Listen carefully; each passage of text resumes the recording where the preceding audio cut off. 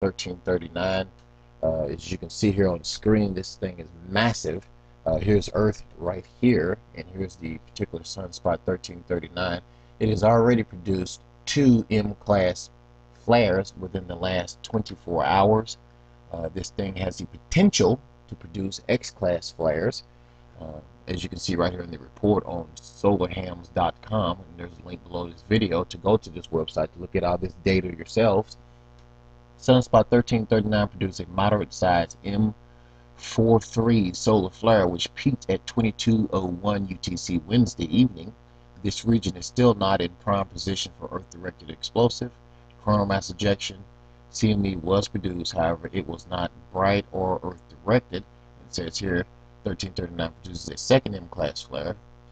Big Sunspot 1339 is back at it again, producing an M2.5 solar flare, which peaked at 11:11 UTC Thursday morning. This is the second M-class event within the past 24 hours, and it is expected to possibly create more moderate flare activity on Thursday. And as it continues to rotate around on the Earth side of the sun, it will probably produce even more flares that could be a little bit stronger than that. Now let's go ahead and look at the SOHO data C2 camera. You can see the flare being produced right in this area here as it shoots a slight one off and then another one right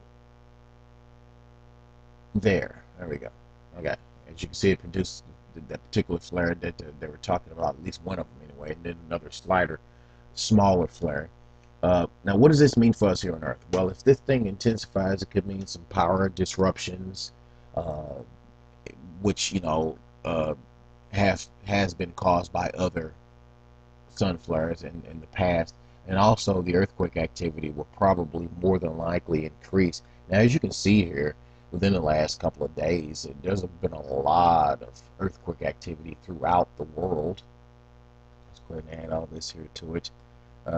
As you can see, all the way down in Australia, activity here is picked up in the northeastern part of Australia.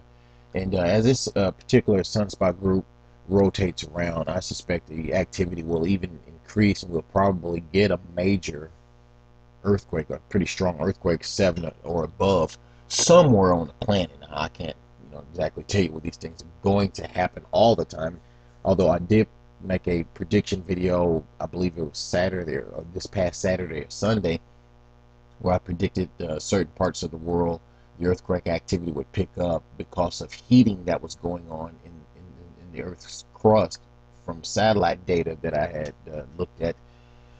And one of the areas that I predicted that the earthquake activity would increase in was down here in Central America, right here on the map where you see it at, and it has increased. And if you go back and look at that video, you'll see the different parts of the world that I said that the earthquake activity would increase, and it has. And thank God, in other parts where I said it would increase, it hasn't so far.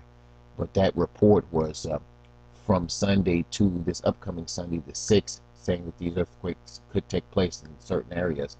So hopefully they don't take place, and hopefully there won't be any loss of life. But a lot of them have actually come to pass. And I do suspect with this new solar activity increasing, we will see increased amounts of earthquakes throughout the globe because of sun activity and the strange weather pattern that has been produced here within the last several days or week or so.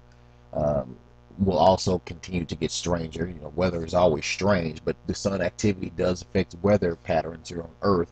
And they've just had a huge snowstorm up in the northeast there, and they're without power in parts of, I believe it was Connecticut.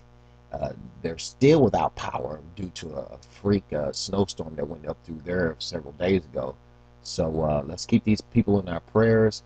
And again, it's always good to be prepared for anything that can happen.